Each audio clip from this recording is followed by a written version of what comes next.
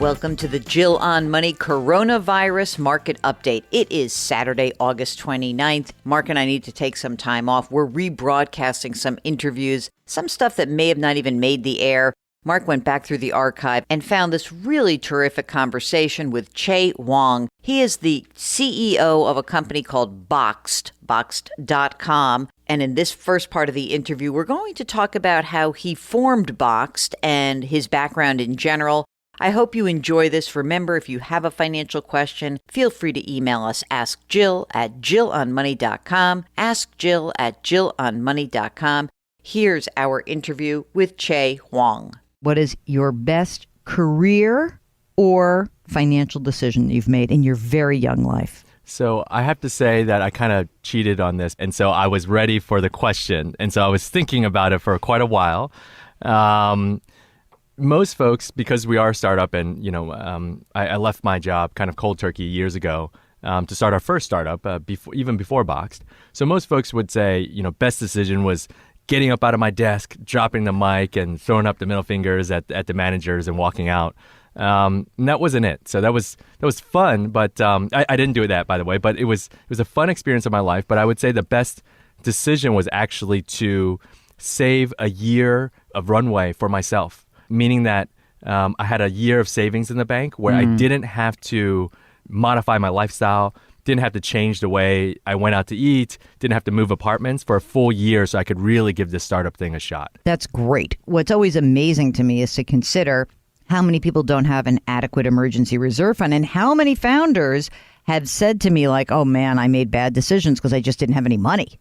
Totally. And that could be a big, huge problem if you are entrepreneurial. So a lot of folks, when they quit their jobs to start their own businesses, like even if they raise money, they're like, okay, I have this much runway for my company. But a lot of them don't realize that like your personal runway is just as important in the beginning, because when you first found a company, you're kind of like the parent of that company, of a small child, meaning that if you don't survive, the child's not going to survive either. That changes later on as you get bigger. But in those early days, your runway is just as important as the company's. So what led you to this place? You went to college. Like, what's your story? So it was a long and winding story. So when my parents first came to the States, we moved to Ohio. Probably had brochures in Taiwan of like, come to beautiful Ohio. So they were Taiwanese born. That's right. Okay. Yeah. And they come here because they wanted a better life. Yeah. So even before that, it's a little bit nuts. And my grandparents on my mother's side, one was Japanese, one was mainland Chinese. And That's a big deal, that mixed marriage, right? Yeah. And they met in the tail end of World War II.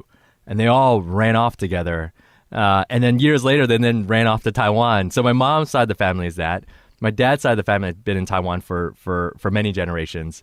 And then when I was about 1.5, they moved here to the States. And now family reunions are like the UN Security Council. So you have, it's just like... Do you have certain things that are off limits talking about? They generally... It's funny because even at my wedding, like the first 20, 30 minutes, it was just like icy. It was like silence. I was like, your wow. Your wife's family's Japanese. Japanese. So you had their side. You had kind of the mainland Chinese folks. You had the Taiwanese folks. Oh, my God. And then the alcohol comes out, and then it's like United Colors of Benetton. Oh, So, isn't that nice? Social lubricant is... it's a good thing. And then where'd you go to college? I went to Hopkins for college in Baltimore. Uh-huh. And you're not pre-med?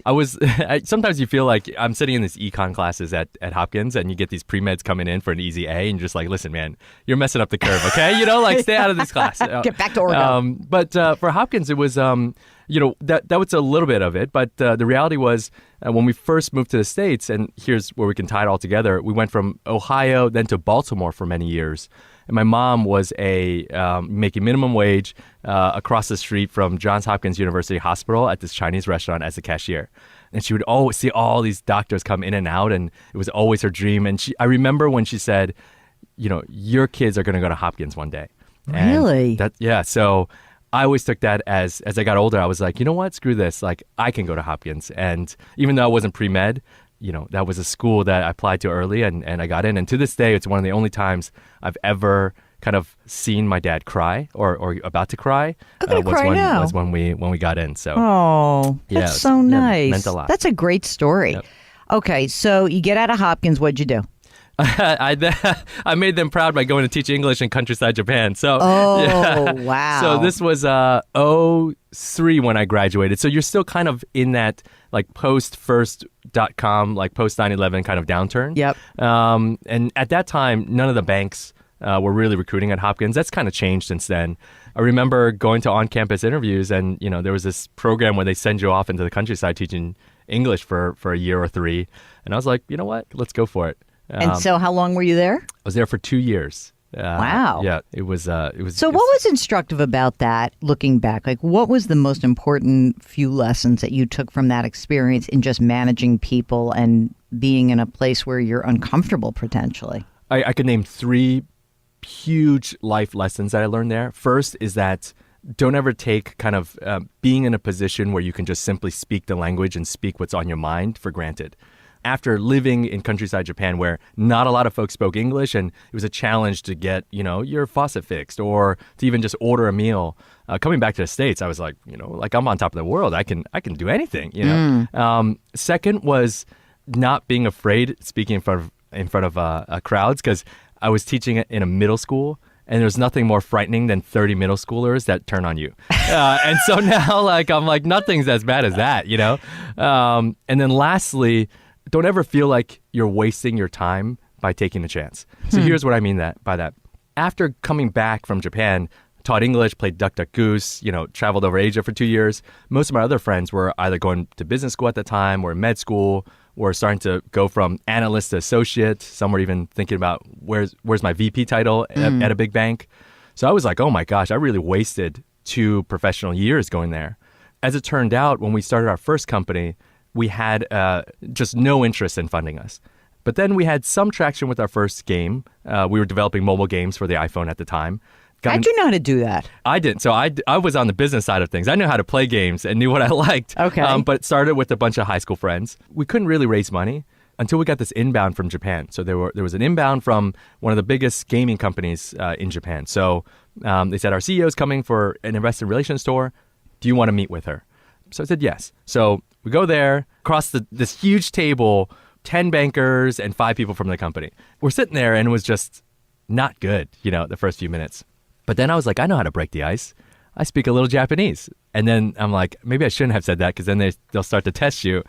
But then we realized that the CEO of that company was not only one of the only founding female CEOs of a public company in Japan, one of the only now female baseball team owners in Japan, but one of the only public CEOs that grew up in the town that I taught English at. Oh, my goodness. That is a weird coincidence and fantastic. Yep. And after that, raised our first almost $1 million a few weeks later. Okay. Wait a second. When you got back from Japan, is that the first thing you did?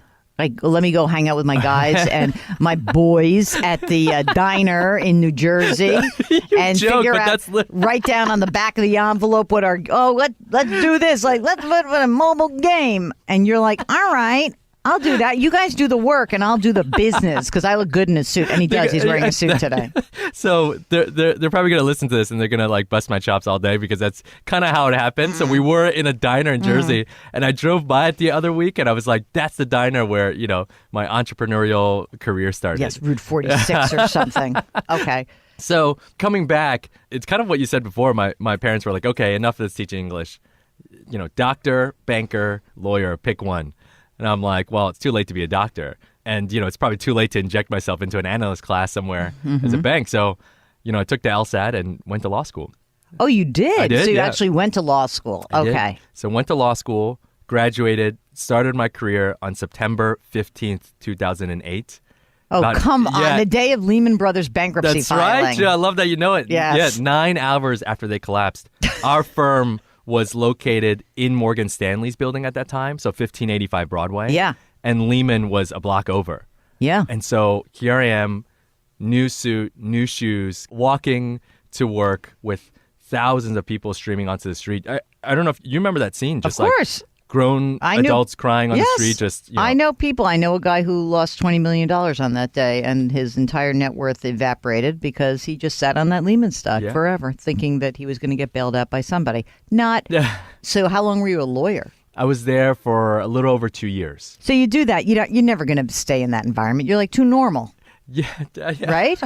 To a certain extent, yeah. And after about 2 years, I was like, time to pull the ripcord. Okay. And that's when you start your app business with your homies? That's right. Yeah. Okay. So how long did that app business last? It lasted. How long did it take you to burn through that woman's $1 million? That's a better question. That's a very insightful question.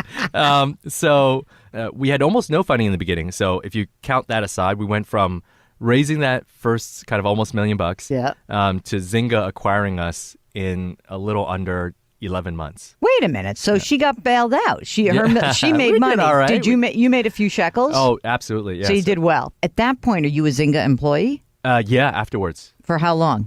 We were there for a little under 2 years again. Did you have any student loan debt at that time? Yeah, absolutely. And did you pay it all off?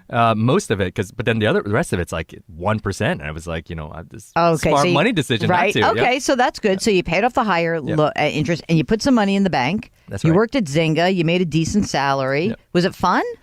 It was one of the most educational experiences of my life, but it was also one of the most heart-wrenching. Why? Because you go from extreme kind of independence, being your own boss, living the dream, to then sitting back in an office and working for the man again. And you're like, wait a minute. But also what were you to see, doing? So we ended up forming their New York mobile gaming studio. So we were just like a factory of games. So the heart-wrenching part was, we IPO'd at 10, it went up to $16, and then within 3 quarters, we were trading at $1.85 or something like that. So I never went to business school, but I feel like that was my Hard Knocks MBA, and I realized a lot, and I learned so much. Were you able to sell after the IPO, or were your shares tied up? Most of our shares were tied up, and so it was really tough to see it. You're like, so did you do that game like my net worth on paper, and you start tracking it, and then all of a sudden it goes the other direction? You're like, I'm never looking at this again. Totally. Yeah. And so I remember, because I was running the studio at the time, and everyone was on like Yahoo Finance and Google Finance, like refreshing the stock price. And then I got up in front of everyone. I was like, next person that I see on Google or Yahoo Finance, it's not going to end well for you. And then I go back to my desk. I'm like, Google Finance. I'm like, where is it? Where is not it? to. It really is hard not to. Yep. I get that. So after the Zynga experience, what happened next? We felt like mobile game developers had this really deep intuition about how mobile customers behaved. And so could we take that knowledge and apply it to a new and bigger industry? Let's take even a bigger shot. And so co-founders left, we all took some time off, and then came back together to make Box. So we wanted to take our mobile knowledge and go after consumer packaged goods and food retail. Thanks for listening today. As always, if you need any advice, any help, just go to our website, jillonmoney.com. You can click on the contact button and we will get your note. Please be sure over this weekend to wash your hands and wear your masks and maintain that physical distancing. And please try to do something nice for somebody else. We'll talk to you tomorrow.